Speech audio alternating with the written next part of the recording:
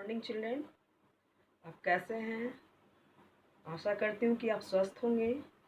आप लॉकडाउन का पालन करें, घर पर रहें सुरक्षित, बाहर ना निकलें और पढ़ाई करें। आप मेरा साथ दीजिए, मैं भी आपके साथ हूँ।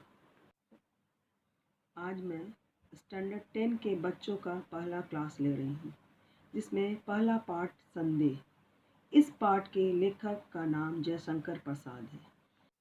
इस पाठ के मुख्य पात्र राम निहाल, श्यामा, मनोरमा, मोहन बाबू और ब्रज किशोर। पूरे पाठ को हमने मॉड्यूल में बांटा ताकि आपको पढ़ने में आसानी हो। मॉड्यूल्स इस प्रकार हैं: कहानीकार का जीवन परिचय, कहानी का परिचय एवं सारांश, कहानी का उद्देश्य, कहानी का संदेश, मुख्य पात्रों पर चर्चा एवं उनका चरित्र चित्रण। अब हम ये मॉड्यूल पर चर्चा करेंगे, यानी कहानीकार का जीवन परिचय।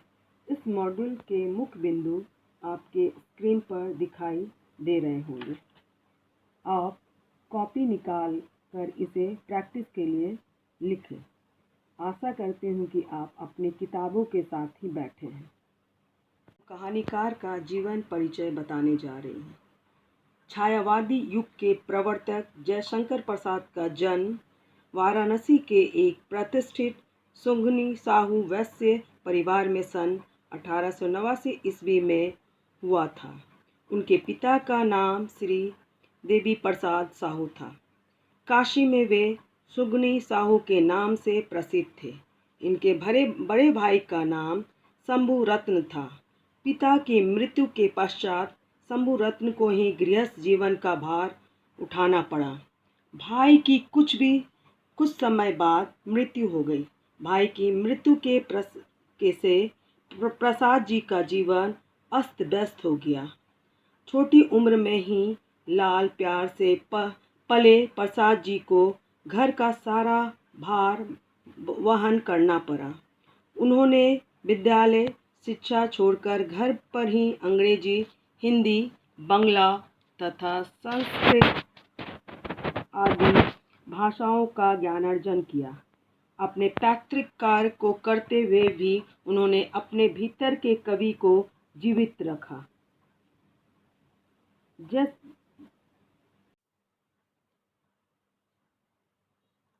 जयशंकर प्रसाद जी ने जब साहित्य के क्षेत्र में कदम रखा तो उस समय अच्छे साहित्य की ना तो मांग थी और ना अच्छे प्रकाशक ही थे।